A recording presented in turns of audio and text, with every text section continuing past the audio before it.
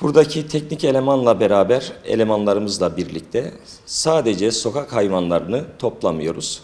Aynı zamanda sokakta bulunan tüm canlılarımızın, kedi köpeklerimizin buraya alıp bunlarla ilgili bir hastalıkları varsa hastalık tedavisi, kaza geçirmiş, travmaya uğramış olan yavrularımızın yine burada bakım ve tedavilerini, ameliyatlarını yapmaktayız.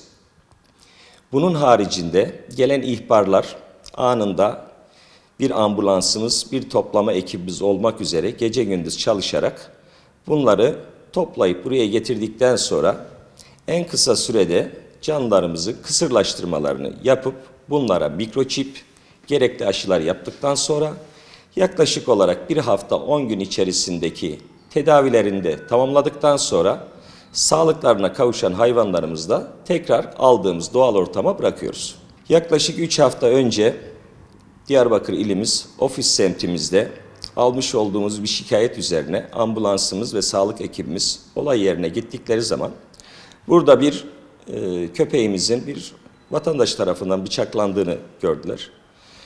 Çok seri bir şekilde müdahale ettikten sonra yaralı olan köpeğimiz barınağımıza getirildi. Buradaki hayvan hastanemizde bulunan ameliyathanede derhal ameliyata alınarak yaklaşık 1-1,5 saatlik bir operasyondan sonra tekrar sağlığına kavuşturduk. Şu anda köpek hala bizim misafirimiz.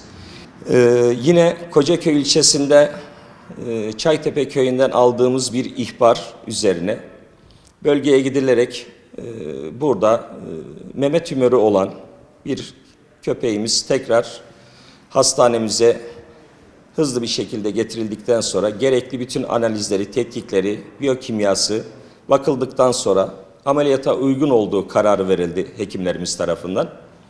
3 hekimle yapılan operasyonda yaklaşık 2 haftalık bir süre içerisinde sağlığına kavuşturularak tekrar alınmış olduğu bölgeye bırakıldı.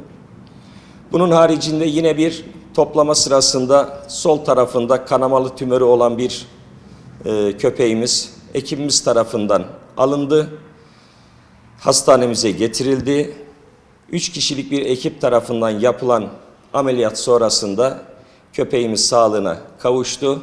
Birkaç gün içerisinde de bu köpeğimizi de tekrar doğal yaşamına bırakacağız.